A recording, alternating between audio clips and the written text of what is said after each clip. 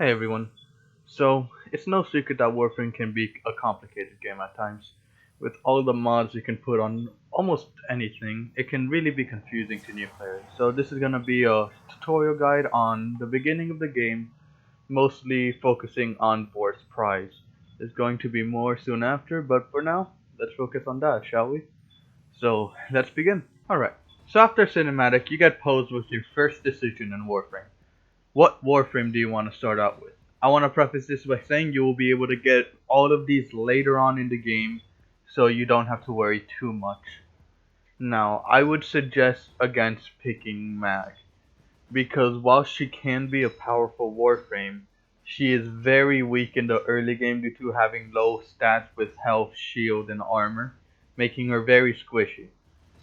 And her abilities don't really work too well, being confusing, especially at the beginning.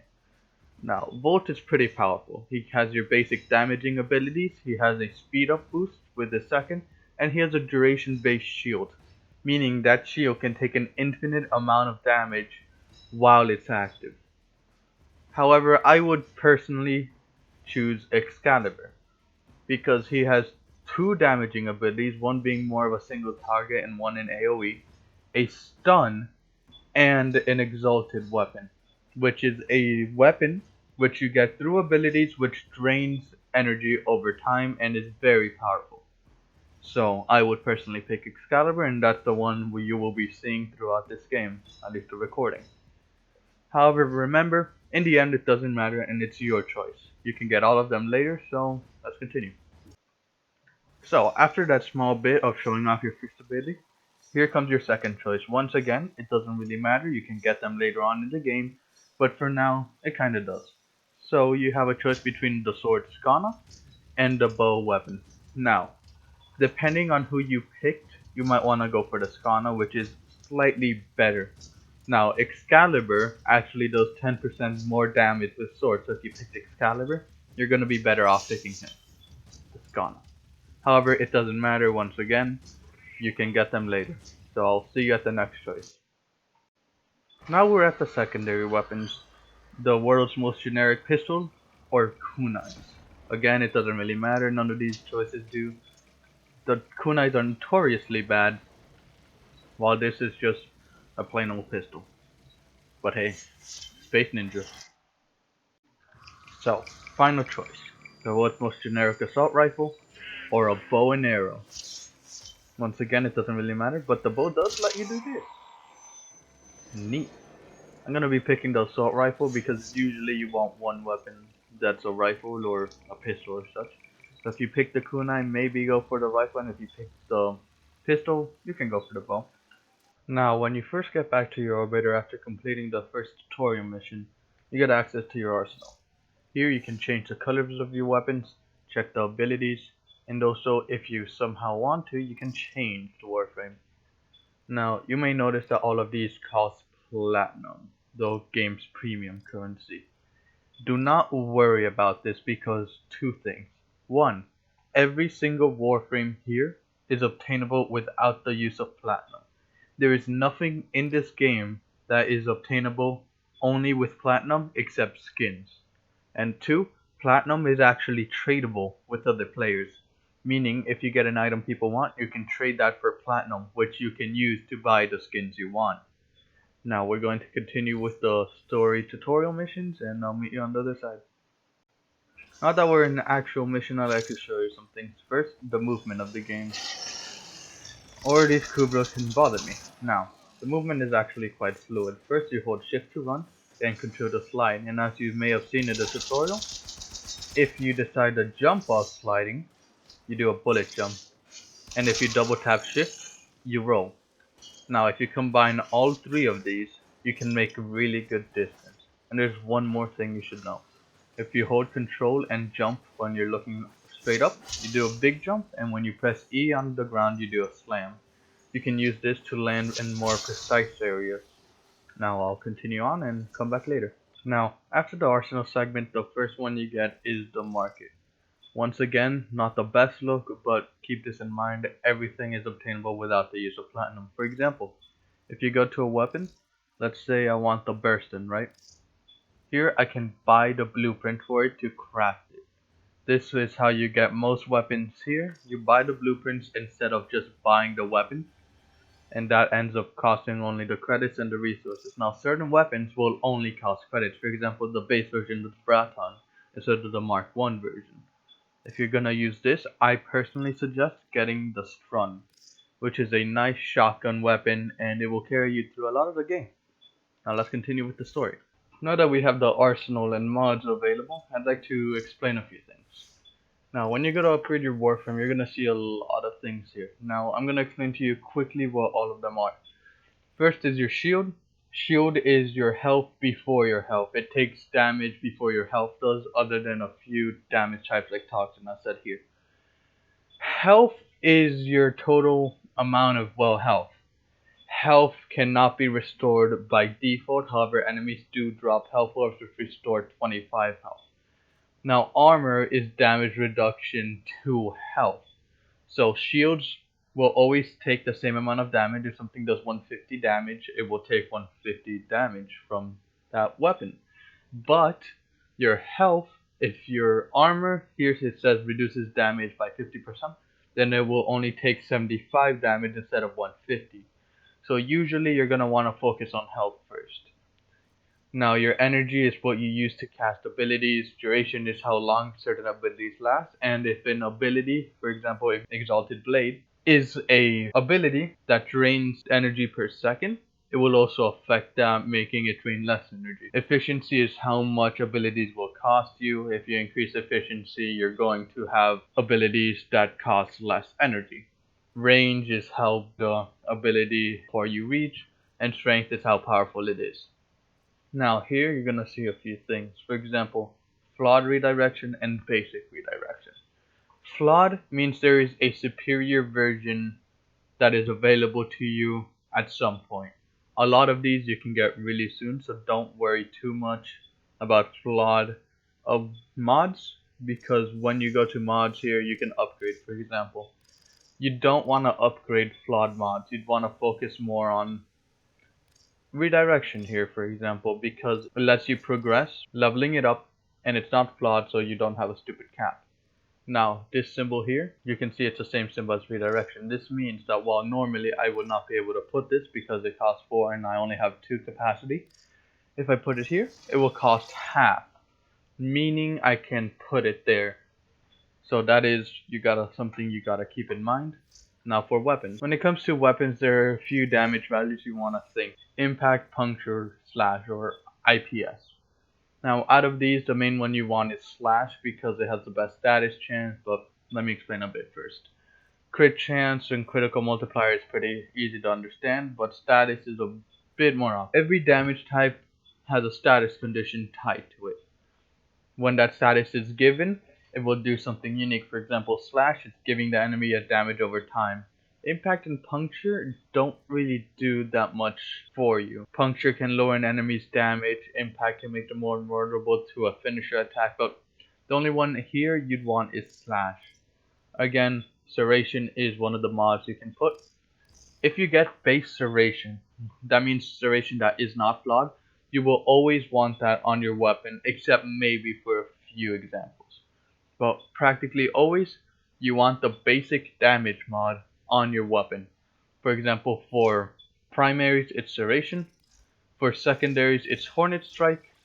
And for melee weapons, it's pressure point. I can't put it in yet, but you know the drill. Now you're gonna have noticed here this little thing on the top, which is the same for Warframes. Now for melee weapons, it's a stance mod, and for Warframes, it's an aura mod. Essentially, if you place a mod there, it will increase your mod capacity by a certain amount depending on the mod and how much it says. Now we're gonna keep on moving and explain as we go along. Well, now war is dead. I know it's been a few missions since I've checked up, but there wasn't really that much to say. But now you have the entire navigation system and you have the Venus Junction here. Now I'm gonna tell you what you really want to focus on. Now as you can see, here you have the junction. This tells you to do certain things, for example, complete this, blah blah blah. And they also give you some rewards for doing it. Now junction is going to be your main progression system to go through the star chart. For example, I can't go to the junction to Mars because I have a few missions to do, but also I need to complete these things, but to do them I need to do something on Mercury, so I need to progress this way. Now, you want to focus on junctions for the moment and any quests you may get once you complete a junction. Also, you're gonna want to try to do every mission node on a planet before progressing on. This is because later on there is a new game mode you can unlock called Arbitration and Steel Path once you defeat every single mission node in the star chart. And it's a lot easier going through the mission nodes as you're progressing to get a little bit extra XP instead of going through the entire game again to go get the missions you missed. So while you were playing the game, you might have noticed you have gotten this thing that says complete a mission. Well, it's that Warframe actually has their own battle pass system called Nightwave. Nightwave goes only to 30 and there's no premium track or any way to buy your way through, so it's all free to play. But this is important to do if you can do these missions. For example, kill enemies with magnetic damage or complete nightmare missions. The reason it's so important is one, you get these things like weapon slots, some extra endo and orc and catalyst, which is really good. It lets you double the mod capacity of a weapon, and reactors are that same thing but for warframes. You also get pretty unique rewards, like things from previous, well, I guess seasons, such as this shoulder guard. Now, if you go to cred offering, here, one, you can unlock helmets and orc and catalyst and reactors. This is now the main way to get Nitane extract and anything that you used to get from things called alerts, such as certain skins, the entire Valve on Warframe, and you can also get certain mods, such as aura mods like Deadeye, increased sniper rifle damage, certain mods for weapons and Warframes. Now you always want to try to see if there's any good aura mods. For example, I don't have any credits, but if you did, it'd be good to get one of these maybe. Just to have that extra bit of mod capacity. Now don't worry too much about this, at least not at the beginning. Just try to complete the missions that you can, so that way you can continue on. So once again, I'll meet you back once I actually reach Mastery Rank 1. I'm actually gonna go past through Cetus really quickly because I want to show you something. Now Cetus is one of the open worlds of Warframe. There are 3 of them currently, being Cetus and the Plains of Eidolon, Fortuna and the Old Balis, and Deimos and the Cambion Drift, or the Necrolysk. Now these areas tend to have a lot of good things. For example, here, this guy lets you craft your own swords. Let me just put some random stuff here. And you have your own stats and such. However, each one of these are more so targeted towards players who have more of a understanding of the game. However, each one does have a quest to introduce you to them. So I would suggest doing that quest and then just going through really quickly, maybe doing a few bounties, but don't worry too much about getting reputation with this factions, since a lot of the things you're not really gonna be able to do easily. For example, here it'll show up your standing. Don't worry too much about it. It's just something that you'll do eventually. Probably once you complete the main storyline, you can do this, or is when I would suggest. You do kind of want to do it in the order of release because, for example, Fortuna came after Cetus, and things in the Plains of Eidolon or Cetus can be required for things in Fortuna, resource-wise. So I'm gonna come back when I finish this quest. Okay, so completing that bounty in Cetus actually gave me enough XP to mastery rank up. So let's do the mastery rank test really quickly. As you can see, you'll get some increases to things, so you always want to rank up in mastery whenever possible, because there are also certain items such as weapons, warframes, which you can only have if you are a certain mastery. And this first one's pretty simple, you just have to kill enemies with your primary weapon, nothing too difficult. Mastery rank tests don't get really difficult at all until after the 15, I want to say. But of course that is subject to personal bias. Now we're just gonna defeat the enemies here really quickly. This one is pretty short, only involving 2 or 3 waves. You always want to try to go for headshots, especially with the assault rifles, since, well, you deal more damage. Just gonna finish off here really quickly. Okay, wave 2, and I think you have to get 1 more wave here. Alright, let's see. Did I kill that last one? Whatever. Now normally you would want to be swapping between melee, primary, occasionally secondary, but since this is a mastery rank test where you're forced to want to use your primary, that's what we're doing. Alright, I think that was the last one. Yep, there we go. We have completed the first mastery rank test. Now what this does is, first of all, it basically makes, well, here it shows base mod capacity +1. This means that when you first get a weapon or Warframe, you'll have 1 mod capacity there at the start. And you get a nice little reward to put in your orbiter. Now that I'm Mastery Rank 1, I actually went and bought this run for about 25k credits. But another thing is that we can now do the Sarah's Vigil quest, so I will suggest buying a few codex scanners here. You actually go equipping them through the arsenal. Here, right here, where you have the gear wheel, and then codex scanner. I might as well also equip the glyph prism, because why not? Now while we're here, I would like to mention there is a PvP in this game called the Conclave. Avoid it, there's not much point to it, and PvP kinda sucks because of things like bullet jumping everywhere like that. So it's hard to hit your opponent. And let's quickly go to Cetus, and, well, take up the Sarah's Vigil quest. So if you get to this part, you have to start looking for the scanners. Now here it shows you exactly how to do it. This is important because later you find Cephalon fragments, which you're forced to scan on Mars to do a junction. And that way you learn a bit how to use the codex scanners. They will be used later, especially for a character called Cephalon Mars. You'll use something similar, but just keep that in mind. So now that I've completed Sarah's Vigil, I'd like to repeat that you don't really want to go to the open worlds right now. You want to try to finish most of the missions here in the codex before doing that. Probably up to around the sacrifice. Because the open worlds are more of an endgame area. Well, the closest thing to, well, mid-game actually. But to get to that point, you want to finish most of the story so you're at the accurate power. So this is going to be mostly it. I'm going to go to my main account and show you one last thing, which is how you actually get Warframes. So I'll see you there. Alright, so now that I'm back on my main account, I went and defeated... Oh, that guy will never shut up. I went and defeated one of the bosses. One of the first ones, called the Jackal. Now the Jackal is one of the first bosses. I believe you fight him in Venus.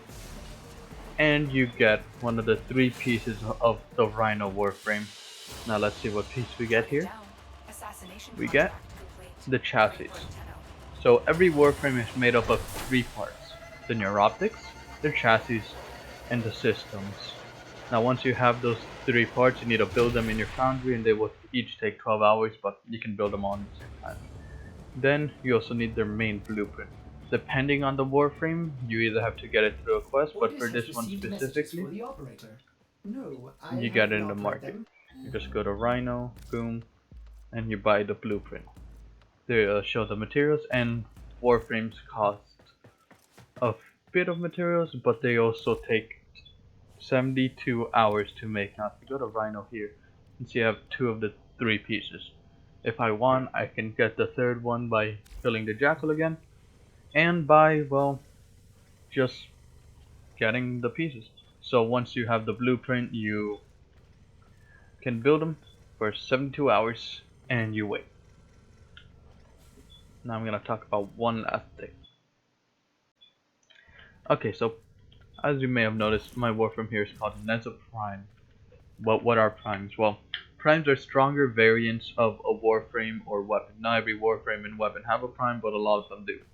Now if I go here, for example, these are the relics that I own. If you click them, you can see what primes they have a chance of giving you.